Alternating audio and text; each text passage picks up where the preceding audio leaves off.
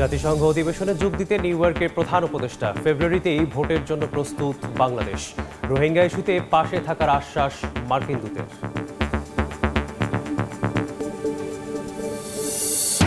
হুন্ডিতে টাকা পাঠিয়ে ডলারে রূপান্তর করে বিদেশে সম্পত্তি ক্রয়ে সাবেক মন্ত্রী জাবেদের হাজার কোটি টাকা পাচারের প্রমাণ দুদকের হাতে।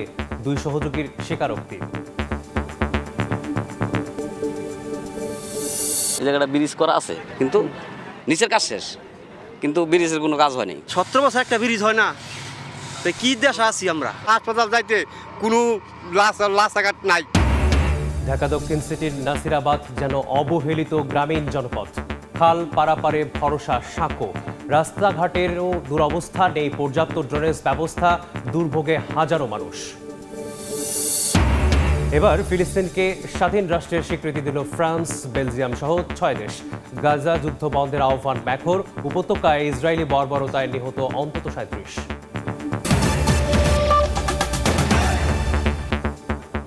সময় সংবাদের সঙ্গে আছে আমি মেসবাহুল আলিফ। জাতিসংঘ অধিবেশনে যোগ দিতে নিউ ইয়র্কে পৌঁছেই ব্যস্ত সময় পার করলেন প্রধান উপদেষ্টা ডক্টর মোহাম্মদ ইউনূস। দক্ষিণ ও মধ্য এশিয়া বিষয়ক মার্কিন দূত সার্জিও গোর সঙ্গে বৈঠকে তিনি জানান, ফেব্রুয়ারির প্রথমার্ধে অবাধ, সুষ্ঠু ও শান্তিপূর্ণ নির্বাচন করতে প্রস্তুত সরকার। এ প্রচেষ্টায় সমর্থন জানিয়ে রোহিঙ্গাদের জন্য সহায়তা অব্যাহত রাখার প্রতিশ্রুতি দেন সার্জিও গোর। এদিকে জাতিসংঘের এসডিজি পুরস্কারে ভূষিত হন doctor Mohammad Yunus. New York থেকে আরও জানাচ্ছেন হাসানুজ্জামান সাকি। জাতিসংঘের সাধারণ পরিষদের অধিবেশনে যোগ দিচ্ছেন 140টিরও বেশি দেশের রাষ্ট্র ও সরকার প্রধানরা। এদের মধ্যে অনেকেই নিউ ইয়র্কে এসে পৌঁছেছেন। যুক্তরাষ্ট্রের নিউ ইয়র্কে স্থানীয় সময় সোমবার বিকেল 3:15টায় জন এফ কেনেডি আন্তর্জাতিক বিমানবন্দরে এসে পৌঁছান প্রধান উপদেষ্টা ডক্টর মোহাম্মদ ইউনূস। এ সময় সরকার প্রধানকে স্বাগত জানান ওয়াশিংটনে বাংলাদেশের রাষ্ট্রদূত এবং জাতিসংঘ মিশনের স্থায়ী প্রতিনিধি।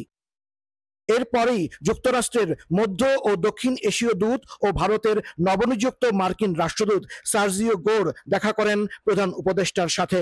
এ সময় ডক্টর ইউনূস জানান, ফেব্রুয়ারিতেই একটি অবাধ, সুষ্ঠু ও শান্তিপূর্ণ নির্বাচন করতে সব ধরনের প্রস্তুতি নিচ্ছে সরকার। মার্কিন রাষ্ট্রদূতও ডক্টর ইউনূসের নেতৃত্বের প্রশংসা করে বাংলাদেশের প্রচেষ্টায় যুক্তরাষ্ট্রের পক্ষ থেকে সর্বাত্মক সহযোগিতার আশ্বাস দেন। বৈঠকে বাণিজ্য, দক্ষিণ এশীয় সহযোগিতা, সার্কের পুনরুজ্জীবন, রোহিঙ্গা সংকট এবং বাংলাদেশের বিরুদ্ধে ছড়ানো মিথ্যা তথ্য মোকাবেলা সহ বিভিন্ন দ্বিপাক্ষিক ও আঞ্চলিক বিষয় নিয়ে আলোচনা হয়। বাংলাদেশের সামনে ইলেকশন, উনি বলেছেন যে ইলেকশনের ব্যাপারে দেশ মোটামুটি প্রস্তুত এবং আমরা একটা free, fair and peaceful election একটা হবে সেই বিষয়ে বলেছেন। এবং ইউএস অফিসিয়ালদের তরফ থেকে বলা হয়েছে যে তারা সব ধরনের সাপোর্ট বাংলাদেশকে দিবে। সন্ধ্যায় জাতিসংঘ সদর দপ্তরে সামাজিক ব্যবসা সংক্রান্ত উচ্চ পর্যায়ের বৈঠকে যোগ দেন সরকার প্রধান। পরে সাইড লাইনে সাস্টেইনেবল ডেভেলপমেন্ট গোল শীর্ষক এক অনুষ্ঠানে অংশ নেন ডক্টর মোহাম্মদ ইউনূস। অনুষ্ঠানে প্রধান উপদেষ্টাকে এসডিজি পুরস্কারে ভূষিত করা হয়। এসডিজি অ্যাওয়ার্ড ওনাকে দেওয়া হয়েছে। এসডিজি অ্যাওয়ার্ড উনি ছাড়াও আরও 2 জন পেয়েছেন। উনি পেয়েছেন ফিলিপো গ্র্যান্ডি, যিনি ইউএনএইচসিআর এর গ্লোবাল চিফ, এবং ডাব্লিউটিওর যিনি প্রধান ইনগোজি ইউয়েলা, যিনি নাইজেরিয়ান, উনি পেয়েছেন। এই 3 জনকে দেওয়া হয়েছে। নিউ ইয়র্কে জাতিসংঘ সদর দপ্তরে এক অনুষ্ঠানের ফাঁকে বেলজিয়ামের রানী ম্যাথিল্ড ও প্রাক্তন ব্রিটিশ প্রধানমন্ত্রী গর্ডন ব্রাউনের সাথে সৌজন্য দেখা করেন প্রধান উপদেষ্টা প্রফেসর মোহাম্মদ ইউনূস। সম্প্রতি নিউ ইয়র্কে নিহত বাংলাদেশি বংশোদ্ভূত পুলিশ কর্মকর্তা দিদারুল ইসলামের পরিবার এদিন প্রধান উপদেষ্টার সাথে সাক্ষাৎ করতে এলে তাদের সমবেদনা জানান ডক্টর মোহাম্মদ ইউনূস। হাসানুজ্জামান সাকি, সময় সংবাদ, জাতিসংঘ সদর দপ্তর, নিউ ইয়র্ক, যুক্তরাষ্ট্র।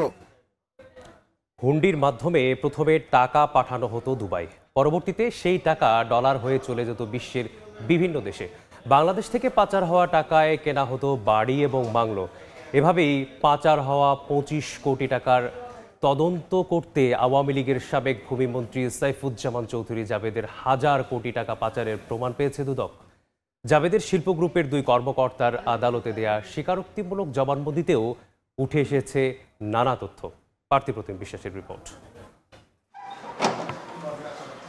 আওয়ামী লীগ নেতা ও সাবেক ভূমিমন্ত্রী সাইফুজ্জামান চৌধুরী জাবেদের মাত্র 25 কোটি টাকা পাচারের একটি মামলা তদন্তে নেমে কেঁচো খুঁড়তে সাপ বের করে এনেছে দুদক। প্রথম ধাপে যুক্তরাজ্য, যুক্তরাষ্ট্র, দুবাই ও সিঙ্গাপুরে তার সম্পদের তথ্য পাওয়া যায়। পরে আরও 5 দেশে সম্পদ থাকার তথ্য পাওয়া গেছে।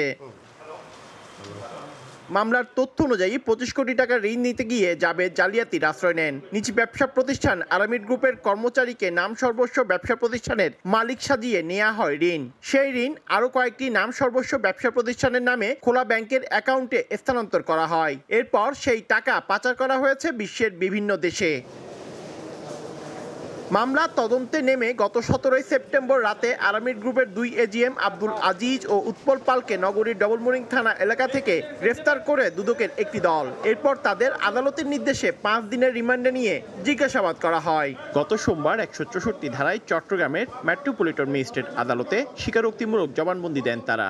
কিভাবে টাকা পাচার হয়েছে দেশ থেকে, তো কিভাবে টাকাগুলো পাচার হওয়ার পরে এই পাচারকৃত টাকার মাধ্যমে যে অবৈধ সম্পত্তি অর্জিত হয়েছে দেশের বাইরে, এই দেশের বাইরে অবৈধভাবে অর্জিত সম্পত্তিগুলোই তারা দেখাশোনা করতেন। দুদকের তথ্য অনুযায়ী আরামিড গ্রুপের এজিএম উৎপল পাল সাবেক মন্ত্রী জাবেদের ব্যক্তিগত কর্মকর্তা হিসেবে বিদেশের সম্পদ অর্জন ও দেখাশোনার দায়িত্বে ছিলেন। উৎপল দেশ থেকে দুবাই ও দুবাই থেকে যুক্তরাজ্য সহ বিভিন্ন দেশে জাবেদের পরিবারের অর্থ পাচার প্রক্রিয়ার সঙ্গে জড়িত।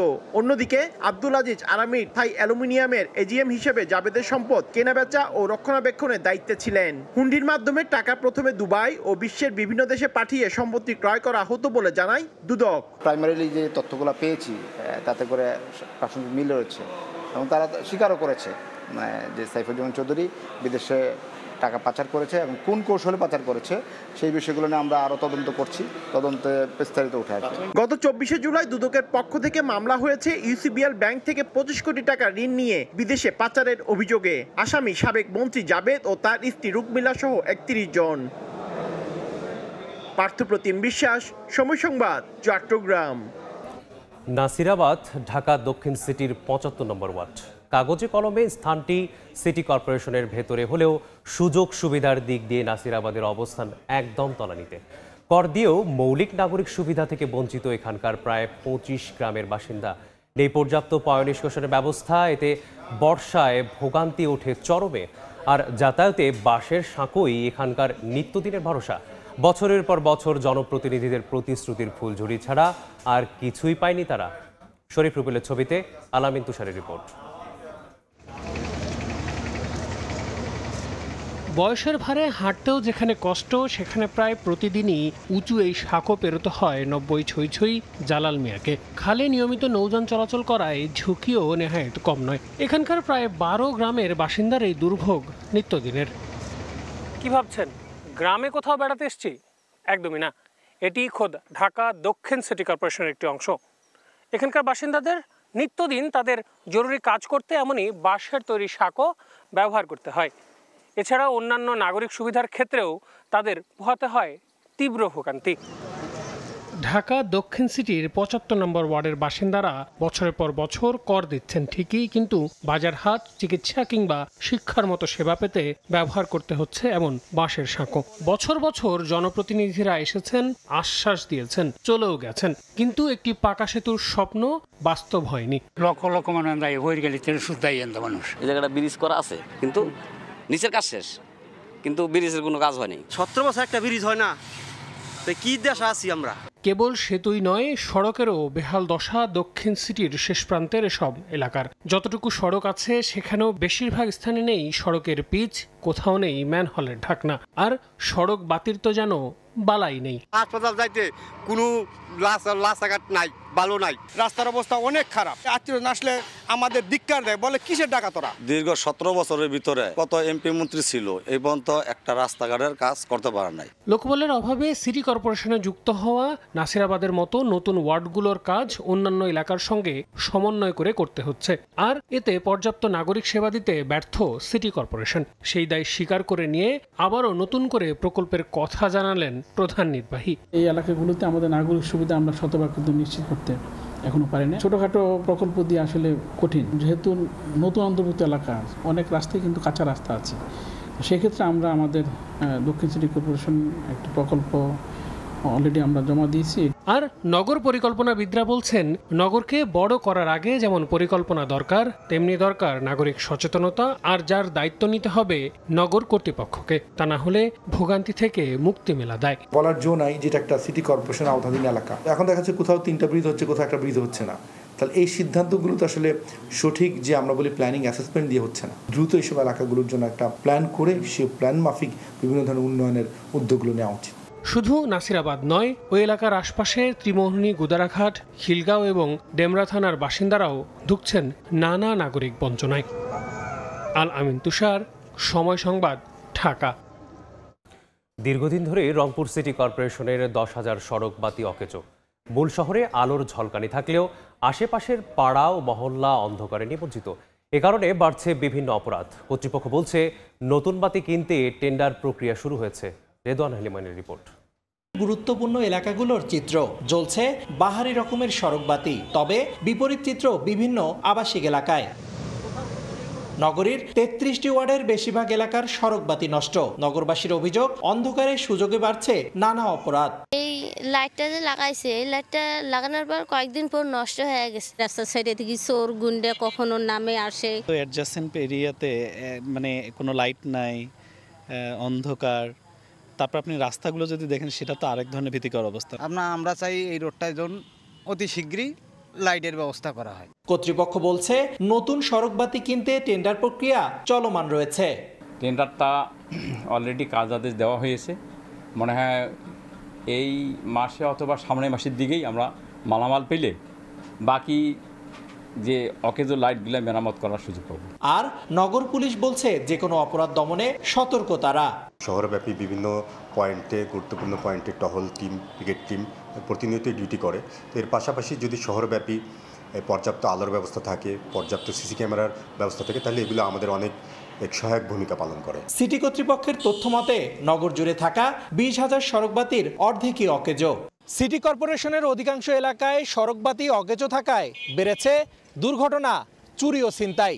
তাই দ্রুত জননিরাপত্তায় সড়ক বাতি মেরামতে ব্যবস্থা নেবে কর্তৃপক্ষ, এমনটাই প্রত্যাশা নগরবাসীর। রেদওয়ান হিমেল, সময় সংবাদ, রংপুর। রাজশাহী বিশ্ববিদ্যালয়ে পোষ্য কোটা পুনর্বহাল এবং শিক্ষক লাঞ্ছনার ঘটনায় জড়িতদের বিচার দাবিতে অবস্থান কর্মসূচি পালন করছেন শিক্ষক কর্মকর্তাদের একাংশ।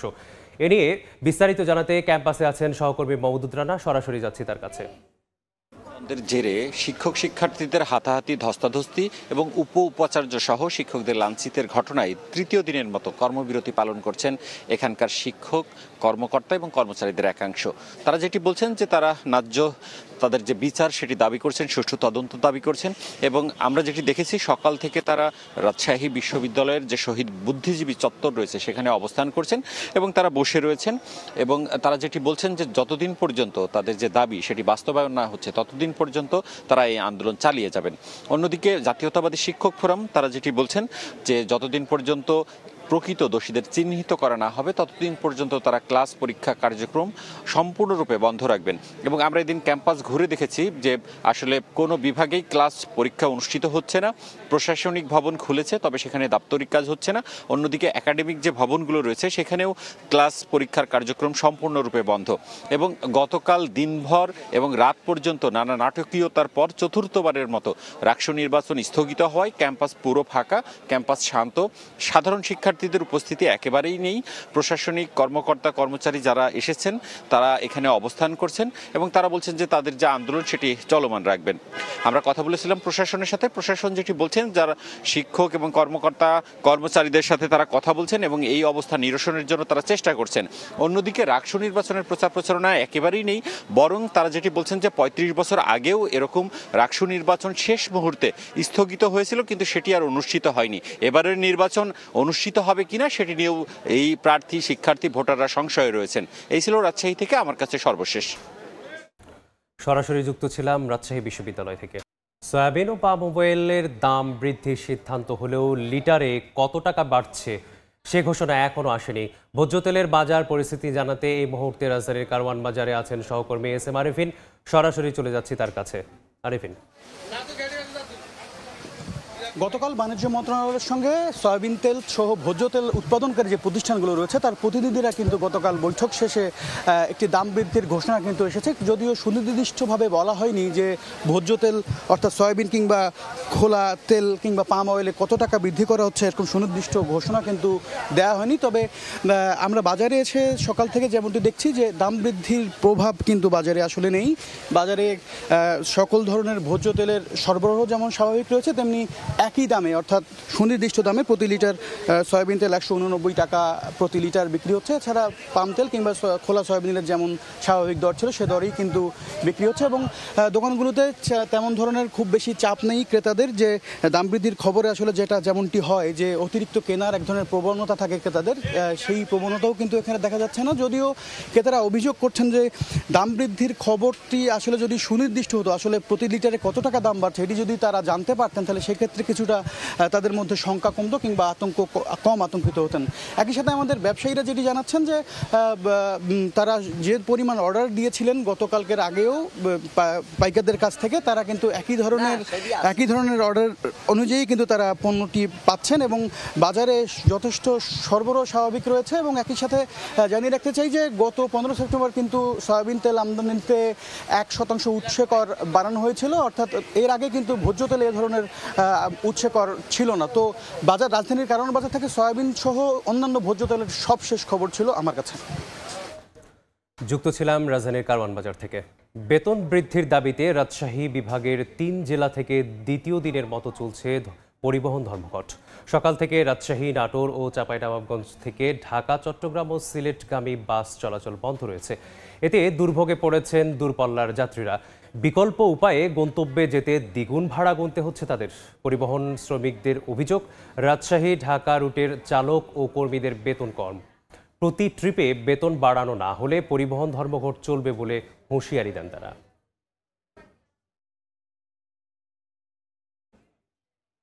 সর্বশেষ খবর জানাতে এই মুহূর্তে নাটোরের বাইপাস এলাকায় আছেন রিপোর্টার আল মামুন। সরাসরি যাচ্ছি তার কাছে। দ্বিতীয়দিনের মতো নাটোর, রাজশাহী, চাঁপাইনবাবগঞ্জ থেকে ঢাকায় সরাসরি বাস চলাচল বন্ধ রয়েছে। এর ফলে কিন্তু দুর্ভোগ স্থানীয় যে রয়েছে লোকজন তাদের দুর্ভোগ বেড়েছে। একটি বিষয় যেটি আমরা বলতে পারি যে বেতন ভাতার বৃদ্ধিতে শ্রমিকরা যে ধর্মঘট ঢেকেছেন গতকাল থেকে এবং সেই অব্যাহত রয়েছে। একটি বিষয় যেটি বলতে পারি যে ড্রাইভাররা রাজশাহী থেকে ঢাকা এবং ঢাকা থেকে রাজশাহী পর্যন্ত 1100 থেকে 1300 টাকা পেয়ে থাকেন এবং সুপারভাইজাররা পেয়ে থাকেন 570 টাকা এবং একজন চালকের সহকারী কিন্তু পেয়ে থাকেন 520 টাকা।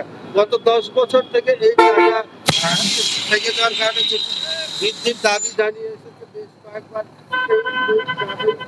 না পাওয়ার জন্য কিন্তু এই বাস চলাচল একটি বিষয় যেটি আপনারা জানেন যে আগামী সপ্তাহে যে বাসগুলা রয়েছে সেই বাসগুলাতে বিকল্প পথে যেতে গিয়ে খরচ একদিকে কিন্তু বৃদ্ধি হচ্ছে, পাশাপাশি সময়ও বৃদ্ধি হচ্ছে। তবে একটি বিষয় যেটি বলতে পারি, শ্রমিক রায় ফেডারেশন যেটি ঢাকায় রয়েছে আজ সন্ধ্যায় নাটোর, রাজশাহী, চাঁপাইনবাবগঞ্জের শ্রমিক নেতৃবৃন্দের সাথে বৈঠক করবেন এবং এই শ্রমিক রায় ফেডারেশন যেটি ঢাকায় রয়েছে আজ সন্ধ্যায় নাটোর, রাজশাহী, চাঁপাইনবাবগঞ্জের শ্রমিক নেতৃবৃন্দের সাথে বৈঠক করবেন এবং এই বৈঠকের পরে সিদ্ধান্ত চলবে। তো এই ছিল আমার কাছে সর্বশেষ। যুক্ত ছিলাম নাটোর থেকে। দিনাজপুরের হিলিতে সড়কে ঢালাই দেওয়ার কয়েকদিনের মাথায় হাত দিতেই উঠে যাচ্ছে কার্পেটিং। নিম্নমানের কাজের কারণেই এমন পরিস্থিতির অভিযোগ এলাকাবাসীর। তবে বৃষ্টির কারণে কাজে সমস্যা হয়েছে দাবি ঠিকাদারের। কাজে অনিয়ম পেলে ব্যবস্থা নেওয়ার কথা জানিয়েছেন উপজেলা প্রকৌশলী। শফিকুল ইসলাম শফিকের পাঠানো তথ্য ছবি নিয়ে রিপোর্ট। একের পর এক উঠছে কার্পেটিং, অথচ সড়কটি নতুন পিচ ঢালাই করা। দিনাজপুরের হাকিমপুরের হিলি বিরামপুর সড়কের লোহাচড়া মোড় থেকে গ্রামের ভেতর পর্যন্ত 1.5 কিলোমিটার সড়কের এমন দশা। এলাকাবাসী বলছেন সড়কটির কাজ পায় দিনাজপুরের ঠিকাদারি প্রতিষ্ঠান মতিন এন্টারপ্রাইজ। গত 18 সেপ্টেম্বর সড়ক কার্পেটিং এর কাজ শেষ করে, কিন্তু একদিনের মাথায় সড়কের বিভিন্ন স্থানে ফাটল ধরে এর কার্পেটিং উঠে যাচ্ছে। রাতের আধারে নিম্নমানের মালামাল দিয়ে কোনো রকম কার্পেটিং করার কারণেই এমন পরিস্থিতি, অভিযোগ স্থানীয়দের। রাস্তার কাজ ভালো না, রাস্তাতে বৃষ্টি পড়েছে, ওই সময় পিচ মারিছে, ওই পিচ তো কাজ করবে না রাস্তায়। কালকে রাস্তা করে দিয়ে চলে গেছে, আমরা আজকে আসতে দেখি রাস্তা চড়া ধরে ধরে উড়ে যাচ্ছে। পিস নেই, কিচ্ছু নেই, এভাবে কাজ করে দিয়ে গেলে আমাদের জনগণ কিভাবে চলবে দেখেন। এ বিষয়ে ক্যামেরার সামনে কথা না বললেও কার্পেটিং এর সময় বৃষ্টির কারণে সড়কের কিছু জায়গায় সমস্যা হয়েছে দাবি ঠিকাদারের। তবে তদন্তে অনিয়ম পেলে ঠিকাদারের বিরুদ্ধে ব্যবস্থা নেওয়া হবে জানালেন উপজেলা প্রকৌশলী। বৃষ্টির কারণে যেহেতু এটা হয়েছে, যদি কোনো সমস্যা হয় তাহলে তো রেকটিফাই করবোই, আর রেকটিফাই যখনই করবো তখন তো ঠিকাদারের বিপক্ষে চলে গেল, কারণ ঠিকাদারের পানিশমেন্ট তো হয়েই গেল। ঠিক আছে, তাহলে এটা তো মানে রেকটিফাই না করা পর্যন্ত তো আমরা ঠিকাদারকে পরবর্তী কোনো অ্যাকশনে যাব না, বিল বলেন যে কোনো বলেন। উপজেলা প্রকৌশল অধিদপ্তরের অধীনে সড়কটি নির্মাণে ব্যয় হয় 24,95,000 টাকা। সময় সংবাদ, হিলি। কৃষি বিভাগ বলছে রংপুরে রাসায়নিক সারের সরবরাহ স্বাভাবিক, আর কৃষকদের অভিযোগ সার পাওয়া গেলেও দাম বেশি। এখন প্রশ্ন হলো কারা দাম বাড়াচ্ছেন। সময় টিভির অনুসন্ধানে বেরিয়ে এসেছে খোদ ডিলাররাই নিয়ন্ত্রণ করছে সারের বাজার। গেল 1 বছরে শুধু রংপুর অঞ্চলে 100 কোটি টাকারও বেশি হাতিয়ে নিয়েছে একটি শক্তিশালী সিন্ডিকেট। কৃষক নেতারা বলছেন আইনের দুর্বল প্রয়োগের সুযোগ নিচ্ছেন অসাধু ব্যবসায়ীরা। শাকিল মাহমুদের ছবিতে নাজমুল ইসলাম নিশাতের রিপোর্ট। গেল 1 বছর থেকে সার নিয়ে কারসাজিতে সবচেয়ে বেশি ক্ষতিগ্রস্ত হয়েছেন প্রান্তিক কৃষকেরা। এমনকি সারের উচ্চ মূল্যের কারণে আন্দোলনেও নামতে হয়েছে, কিন্তু আদতে কোনো ফল মেলেনি। সরকারি মূল্য যাই থাক, সারের বাজার নিয়ন্ত্রণ করছে এক শ্রেণীর অসাধু ব্যবসায়ী। আসলে কি সারের সংকট, নাকি ব্যবসায়ীরা সারের বাজার নিয়ন্ত্রণ করেন? যেখানে কৃষি বিভাগ বলছে সারের সরবরাহ স্বাভাবিক। সেপ্টেম্বর মাস শেষ হওয়ার সাথে সাথেই অক্টোবরের 1 তারিখ থেকে অক্টোবরের সার উত্তোলন হবে। সেক্ষেত্রে ভীতি কিংবা প্যানিক হওয়ার কোনো সুযোগ নেই যে সার নেই বা সারের সংকট। সরজমিনে দেখা যায় মেসার্স নুরুল অ্যান্ড ব্রাদার্স নামে বিসিএসসির একটি ডিলার পয়েন্ট কখনোই খোলা হয় না, তবে সেখানে বরাদ্দ করা সার যায়। একই অবস্থা পায়রাবন্ধ ইয়েকুবালি ডিলার পয়েন্টেরও। শুধু রংপুর জেলাতেই এমন ডিলারের সংখ্যা 288টি। কৃষকের অভিযোগ, ডিলার কিংবা খুচরা দোকান সরকারি দরে বিক্রি নেই কোথাও। সরকারি রেটে কোনো মালাই পাওয়া যাচ্ছে না, সব মালাই বৃদ্ধি। 20-21 টাকা 22 টাকা কেজির প্রতির দাম বেশি। মানুষের জায়গা সাইনবোর্ড দিয়ে সরকারের মাল আমরা লুটপাট করে খাইতেছে। খোলা পাওয়া পায়রাবন্ধে একটি ডিলার পয়েন্টে ক্রেতা সেজে সময় সংবাদ যায় সার কিনতে, যেখানে 27 টাকা কেজির টিএসপি 40 টাকা, 20 টাকার এমওপি 26 টাকা, আর 27 টাকার ইউরিয়া বিক্রি হচ্ছে 30 টাকায়। ইউরিয়া 30 টাকা কেজি। ইউরিয়া 30 টাকা কেজি। আর হলো পটাশ ধারা নিলে 26 টাকা কেজি পড়ে। কৃষি বিভাগ বলছে 2024-25 অর্থ বছরে ইউরিয়া, এমওপি ও টিএসপির বরাদ্দ ছিল 4,50,173 মেট্রিক টন। শুধু এই 3টি সারেই ব্যবসায়ীরা কৃষকের কাছ থেকে লুটে নিয়েছেন অন্তত 225,79,73,000 টাকা। এত অভিযোগ থাকলেও বিষয়টি নিয়ে ভোক্তা অধিকার সংরক্ষণ অধিদপ্তরের গতানুগতিক উত্তর, ডিলার পয়েন্ট থেকে যদি দাম বেশি নেওয়া হয়, একজন খুচরা ব্যবসায়ী সেখানে গিয়ে আলটিমেটলি দামটা একটু বৃদ্ধি পাবেই। তারপরও আমরা বলছি যে সরকার নির্ধারিত মূল্য যাতে বাস্তবায়ন করা হয়, আমরা সেই বিষয়টির উপরই জোর দেব। তবে কৃষক নেতারা বলছেন আইনের প্রয়োগ না থাকা এবং দেশের সরকারি সার কারখানাগুলো বন্ধের সুযোগ নিচ্ছেন অসাধু ব্যবসায়ীরা। অবিলম্বে এই অসাধু ব্যবসায়ী এবং সারের যে ডিলাররা রয়েছে, যাদের কারসাজিতে আজকে বাজার অস্থির হয়ে উঠেছে, তাদের বিরুদ্ধে ব্যবস্থা নিতে হবে। কৃষি বিভাগের তথ্যমতে 2024-25 অর্থ বছরে রংপুর কৃষি অঞ্চলে রাসায়নিক সারের অনুমোদিত বরাদ্দ ছিল 7,32,139 মেট্রিক টন, আর 2025-26 অর্থ বছরে অনুমোদিত বরাদ্দ 7,26,945 মেট্রিক টন। নাজমুল ইসলাম নিশাত, সময় সংবাদ, রংপুর। 11 কোটিরও বেশি মোবাইল গ্রাহকের ব্যক্তিগত তথ্যের কাগজে বা হার্ড কপি ধ্বংস করতে চায় বাংলালিংক ও গ্রামীণফোন। অপারেটর দুটি বলছে এসব গ্রাহকের তথ্য এরই মধ্যে ডিজিটালি সংরক্ষণ করা হয়েছে, তাই কাগজে কপি সংরক্ষণে বাড়তি ব্যয় ও নিরাপত্তার ঝুঁকি আর নিতে চায় না তারা। বিটিআরসির কাছে অনুমতি চেয়ে আবেদন করেছে অপারেটর দুটি, যদিও কোনো সিদ্ধান্ত জানায়নি নিয়ন্ত্রক সংস্থা। শুভ খানের রিপোর্ট। বিটিআরসির নির্দেশনা মেনে 2010 সালের 30 সেপ্টেম্বর থেকে কাগজের ফরমে গ্রাহকের নাম, জন্ম তারিখ, এনআইডি নম্বর সহ প্রয়োজনীয় তথ্য সংগ্রহ ও সংরক্ষণ করে মোবাইল অপারেটররা। তবে 2018 সালের আগস্টে এসব তথ্য ইলেকট্রনিক ফরম্যাটে সংরক্ষণের নির্দেশনা দেয় নিয়ন্ত্রক সংস্থা। নির্দেশনা বাস্তবায়নের পর গ্রাহক তথ্যের কাগজে কপি সংরক্ষণের প্রয়োজনীয়তা দেখছে না মোবাইল অপারেটররা। সম্প্রতি বিটিআরসির কাছে সংরক্ষিত 11,90,00,000 গ্রাহকের ব্যক্তিগত তথ্যের হার্ড কপি ধ্বংসের অনুমতি চেয়েছে গ্রামীণফোন ও বাংলালিংক। বাংলালিংক বলছে 2018 সাল পর্যন্ত তাদের কাছে 7,10,71,164 জন গ্রাহকের হার্ড কপি রয়েছে। এর মধ্যে 2,93,59,662টি হার্ড কপি ধ্বংস করার জন্য প্রস্তুত রয়েছে। প্রায় 1 লাখ বাক্স এই একটা পুরো ওয়্যারহাউসে মেইনটেইন করতে হচ্ছে। এটার প্রয়োজনীয়তা নেই, কারণ অলরেডি আমাদের সফট কপি সব কিছু আছে। আর গ্রামীণফোন বলছে তাদের কাছে মোট হার্ড কপি রয়েছে 21,26,70,000। এর মধ্যে ধ্বংস করার জন্য প্রস্তুত রয়েছে 8,10,90,000। অর্ধ ফুটবল মাঠের সমান আমরা জায়গা অকুপাই করে রেখেছি এই কাগজগুলোকে রাখার জন্য। যেহেতু এটার সব ধরনের স্ক্যান কপি আমরা করেছি, সেক্ষেত্রে যদি তারা এগ্রি করে, আমরা প্রপার রিসাইকেলিং এর মাধ্যমে এই জিনিসগুলোকে আমরা কিভাবে বিনষ্ট করতে পারি। তবে চূড়ান্ত সিদ্ধান্ত নেয়ার আগে ফাইলগুলো পুনঃনিরীক্ষণের পক্ষে বিটিআরসি। বর্তমানে দেশের 18,88,00,000 গ্রাহককে মোবাইলে ভয়েস ও ইন্টারনেট সেবা দিচ্ছে 4 অপারেটর। শুভ খান, সময় সংবাদ, ঢাকা। এবার আনুষ্ঠানিকভাবে ফিলিস্তিনকে রাষ্ট্র হিসেবে স্বীকৃতি দিল ফ্রান্স, বেলজিয়াম, মোনাকো সহ 6টি দেশ। জাতিসংঘে ফিলিস্তিনকে স্বীকৃতি দেওয়ার কথা জানিয়ে গাজা যুদ্ধ বন্ধের আহ্বান জানান ফরাসি প্রেসিডেন্ট ইমানুয়েল ম্যাখো। যুক্তরাজ্য, কানাডা, অস্ট্রেলিয়া ও পর্তুগালের পর এবার ফিলিস্তিনকে রাষ্ট্র হিসেবে স্বীকৃতি দিল ফ্রান্স।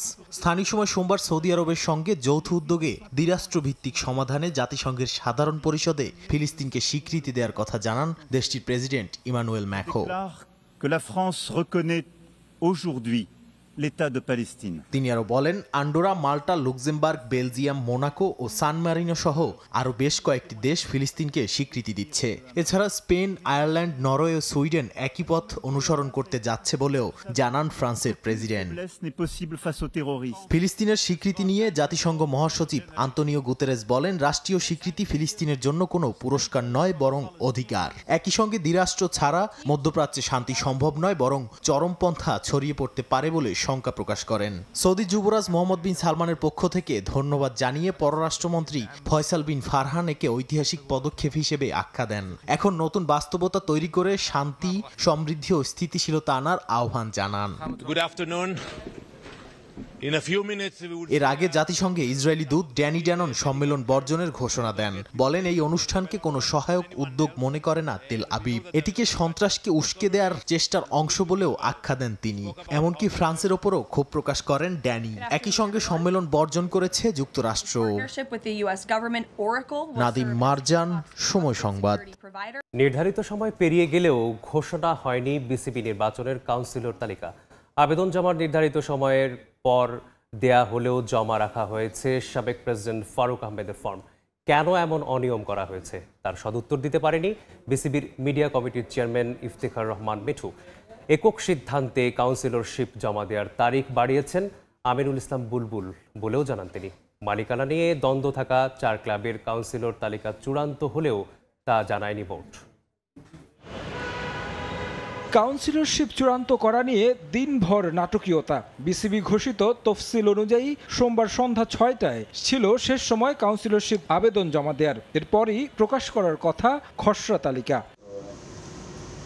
কাউন্সিলরশিপ চূড়ান্ত করা নিয়ে বোর্ড সভা হওয়ার কথা ছিল সন্ধ্যা 6টায়, যা পরবর্তীতে শুরু হয় রাত 9টায়। 2.5 ঘন্টা মিটিংয়ের পরও খসড়া তালিকা প্রকাশ করতে পারেনি বিসিবি, জানিয়ে কোনো সদুত্তর দিতে পারেনি বোর্ড। তালিকা প্রকাশ থেকে শুরু করে এই পুরো জিনিসটাই আসলে ইলেকশন কমিশন করবে। দায়িত্বটা ছিল, সে দায়িত্বটা সংবিধান অনুযায়ী আমাদের হলো কাউন্সিলরের চিঠিটা দেওয়া। ইলেকশন কমিশনের শিডিউল অনুযায়ী ওনারা এটা তালিকা প্রকাশ করবে। কাউন্সিলরশিপ আবেদন জমা দেওয়ার শেষ সময় সন্ধ্যা 6টা হলেও সাবেক বিসিবি সভাপতি ফারুক আহমেদ বিবাদমান 4 ক্লাবের একটির পক্ষ থেকে কাউন্সিলরশিপ আবেদন করেছেন রাত 9টায়। সময় পেরিয়ে গেলেও বোর্ড কি করে আবেদন জমা নিয়েছে তার মন গড়া ব্যাখ্যা দিলেন ইফতেখার মিঠু। একটা কাউন্সিলরের নাম পরে এসছে, যেটা আমরা নোট আকারে দেওয়া হবে, যে নোট আকারে যে 9টার সময় এটা এসে পৌঁছেছে।